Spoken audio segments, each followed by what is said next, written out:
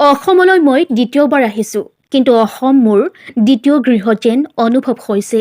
মই পৃথিৱীৰ বহু ঠাই ভ্ৰমণ কৰিছোঁ, কিন্তু ডিব্ৰুগড়ৰ কানৈ মহাবিদ্যালয়ৰ যি আত্মীয়তা লাভ কৰিলোঁ, ই মোৰ বাবে চিৰস্মৰণীয় হৈ ৰ'ব।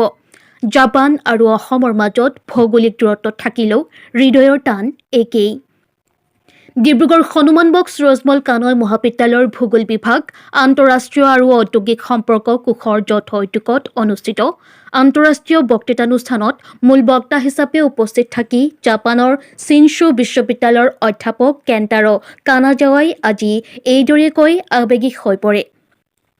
এছিয়াৰ সুগন্ধ, ক্ৰান্তীয় বনাঞ্চল আৰু সংস্কৃতি শীৰ্ষক বিষয়ত বক্তৃতা প্ৰদান কৰি অধ্যাপক কানাজাৱাই খাচী গছ, ইয়াৰ বিশ্ব বাণিজ্যত ভূমিকা সম্পৰ্কে তথ্য সহকাৰে অৱগত কৰে।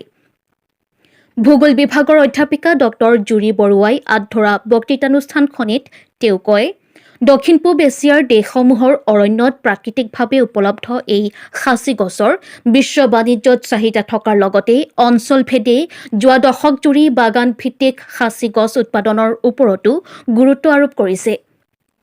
ভাৰতবৰ্ষৰ কেৰালা আৰু তামিলনাডুত খাচী গছ উপলব্ধ হোৱাৰ উপৰিও অসমৰ বিশেষকৈ শিৱসাগৰ, যোৰহাট আৰু গোলাঘাট জিলাতো ইয়াৰ উৎপাদন কিছু পৰিমাণে দেখা যায় বুলি তেওঁ অৱগত কৰে।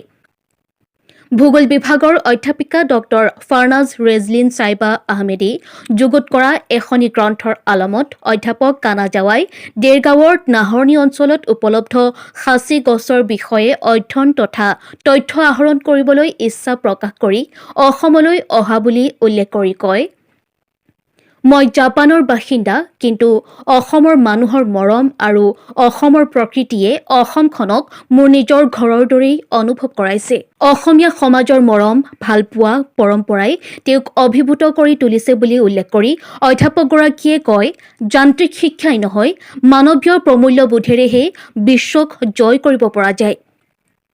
ভূগোল বিভাগৰ মুৰব্বী অধ্যাপিকা ডক্টৰ মিতালী চলিহাই উদ্দেশ্য ব্যাখ্যা কৰা বক্তৃতানুষ্ঠানটিত মহাবিদ্যালয়ৰ অধ্যক্ষ ডক্টৰ শশীকান্ত শইকীয়াই আদৰণি ভাষণ প্ৰদান কৰি কয়, এছিয়া হৈছে গভীৰ বৈচিত্ৰ্যৰ এক মহাদেশ, যাক প্ৰকৃতি আৰু সংস্কৃতিৰ মিলনভূমি বুলি জনা যায়।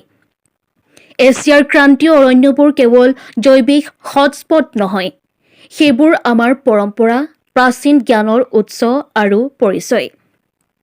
অধ্যক্ষগৰাকীয়ে কয়, পৰিৱেশ আৰু সাংস্কৃতিক বিকাশৰ মাজত থকা গভীৰ সম্পৰ্কটো বুজা অতি গুৰুত্বপূৰ্ণ, বিশেষকৈ এনে এটা সময়ত যেতিয়া বিশ্বব্যাপী জলবায়ুৰ পৰিৱৰ্তনে এই দুয়োটা ক্ষেত্ৰকেই বিপদৰ মুখত পেলাইছে। গাম্ভীৰ্যপূৰ্ণ অনুষ্ঠানটিত মহাবিদ্যালয়ৰ উপাধ্যক্ষ ডক্টৰ পাৰ্থ গাংগুলী, আভ্যন্তৰীণ মান নিৰ্ণায়ক কোষৰ সমন্বয়ক ডক্টৰ দীপংকজ গগৈ, অধ্যাপক ডক্টৰ জ্যোতি শইকীয়াৰ লগতে ভালেসংখ্যক অধ্যাপক, অধ্যাপিকা আৰু শতাধিক ছাত্ৰ-ছাত্ৰী উপস্থিত থাকে। অনুষ্ঠানৰ শেষত শলাগ জ্ঞাপন কৰে অধ্যাপিকা ডক্টৰ কৃষ্ণাক্ষী শইকীয়াই।